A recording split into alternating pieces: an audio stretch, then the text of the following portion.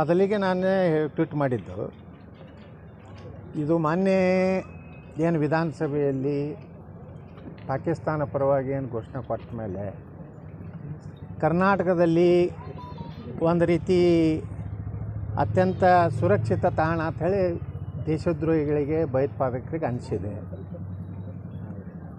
ವಿಧಾನಸಭೆಯಲ್ಲೇ ಇವತ್ತು ಪಾಕಿಸ್ತಾನ ಪರವಾಗಿ ಘೋಷಣೆ ಕೊಟ್ಟ ಮೇಲೆ ಅಲ್ಲೇ ಹೇಳಿದ್ವಿ ನಾವು, ಇದಕ್ಕೆ ಟೆಸ್ಟಿಗೆ ಕಳಿಸೋ ಅವಶ್ಯಕತೆ ಇಲ್ಲ. ಯಾಕಂದರೆ ಇಡೀ ದೇಶದ ಮಾಧ್ಯಮಗಳು, ವಿಶೇಷವಾಗಿ ನಮ್ಮ ರಾಜ್ಯದ ಮಾಧ್ಯಮಗಳು, ಎಲ್ಲ ಮಾಧ್ಯಮಗಳು ಅದು ಯಾವುದೋ ಒಂದು ಏನಾಯ್ದೋ ಯಾವನೋ ಗೊತ್ತಾಯ್ತಲ್ಲ, ಒಂದು ಏನಾಯ್ದೋ ಯಾವ ರೀತಿ ಒಂದು ಎರಡು ಚಾನಲ್ ಬಿಟ್ಟರೆ ಎಲ್ಲರೂ ಇದು ಸಾಕ್ಷಿ ಸಹಿತ ಅದನ್ನು ಪ್ರೂವ್ ಮಾಡಿದ್ರೂ ಸಹ ನಮ್ಮ ಮಾಧ್ಯಮಗಳ ಮೇಲೆ ವಿಶ್ವಾಸ ಇಡದೆ ಇವತ್ತು ಅದನ್ನು ಟೆಸ್ಟಿಗೆ ಕಳಿಸೋ ಅವಶ್ಯಕತೆಯೇ ಇರಲಿಲ್ಲ.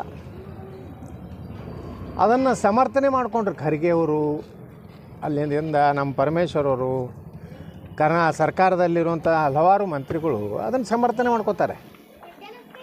ಮುಂದೆ ಅದರ ರಿಪೋರ್ಟ್ದಾಗ ಹೇಳಿ ಏನು ನಕಲಿ ಇಲ್ಲ, ಮಾಧ್ಯಮಗಳು ಏನು ತೋರಿಸೋದು ಸತ್ಯ ಇದೆ ಅನ್ನೋಂಥದ್ದು ಈಗ ರಿಪೋರ್ಟ್ ಬಂದರೂ ಸಹಿತ ಸಾರ್ವಜನಿಕಗೊಳಿಸುವಂಥದಕ್ಕೆ ಭಯಪಡ್ತಾಯಿದ್ದಾರೆ. ಮತ್ತು ಏನು ದೇಶ ವಿರೋಧಿ ಪಾಕಿಸ್ತಾನ ಪರವಾಗಿ ಘೋಷಣೆ ಕೊಟ್ಟಂಥ ಆ ಒಬ್ಬ ಹಿಂಬಾಲಕನ ಏನು ರಾಜ್ಯಸಭಾ ಸದಸ್ಯವತ್ತಾಗಿ ಆಗ್ಯದ ನಾಸೀರ್ ಹುಸೇನ್, ಅವನು ಸಹ ಯಾವುದೇ ಕ್ರಮ ತಗೊಳ್ಳಾರ್ದೇ ಕೇವಲ ತಮ್ಮ ಕಚೇರಿಗೆ, ಗೃಹ ಕಚೇರಿಗೆ ಕರೆಸಿ ಮಾತಾಡ್ತಾರೆ. ಇದೆಲ್ಲ ನೋಡಿದ್ರೆ ಈ ರಾಜ್ಯದಲ್ಲಿ ಭಯೋತ್ಪಾದನೆ ಚಟುವಟಿಕೆಗೆ ಇಂಬು ಕೊಡ್ತಾ ಇದೆ.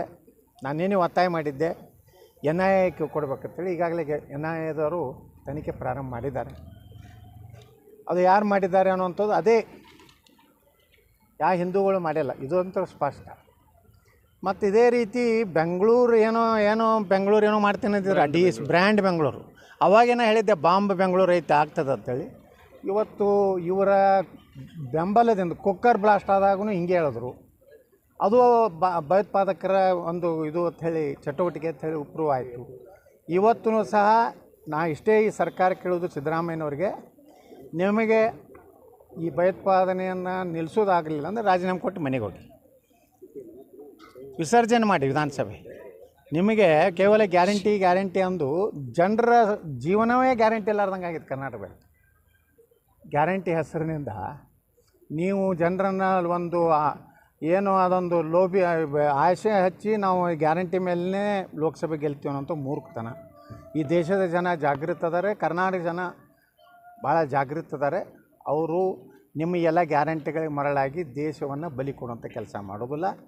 ಮುಖ್ಯಮಂತ್ರಿಗಳಿಗೆ ನಾನು ಆಗ್ರಹ ಮಾಡೋದು, ನಿಮಗೆ ಸರಿಯಾಗಿ ತನಿಖೆ ಮಾಡೋದಾಗಲಿ ಅಂದರೆ ಕಾನೂನು ಸುವ್ಯವಸ್ಥೆಯನ್ನು ಸರಿಯಾಗಿ ಕರ್ನಾಟಕದಲ್ಲಿ ಮುಂದೆ ಇನ್ನೂ ದೊಡ್ಡದು ಅನಾಹುತ ಆಗ್ಬೋದು. ಇದೊಂದು ಪ್ರಯೋಗಶಾಲೆ. ಇದು ಏನು ನಿನ್ನೆ ರಾಮೇಶ್ವರಮ್ಮದೇನೋ ಹೋಟೆಲ್ದಿದ್ದು ಇದೊಂದು ಪ್ರಯೋಗ. ಹೀಗೆ ಎಷ್ಟೋ ದೊಡ್ಡ ಜನನಿಬಿಡ ರೈಲ್ವೆ ನಿಲ್ದಾಣಗಳು, ಜನನಿಬಿಡ ಟಾಕೀಸ್ಗಳು, ಜನನಿಬಿಡ ಮಾರುಕಟ್ಟೆಗಳದಾವೆ. ಅಲ್ಲಿ ಇಂಥದ್ದು ಏನಾರು ಆದರೆ ಎಷ್ಟು ದೊಡ್ಡ ಅನಾಹುತ ಆಗ್ತದೆ. ಅದಕ್ಕೆ ಈ ಪ್ರಯೋಗಶಾಲೆಗೆ ಅವಕಾಶ ಕೊಡಬಾರ್ದು. ಆಗದೇ ಇದ್ದರೆ ನೀವು ಮನೆಗೆ ಹೋಗ್ಬೇಕು.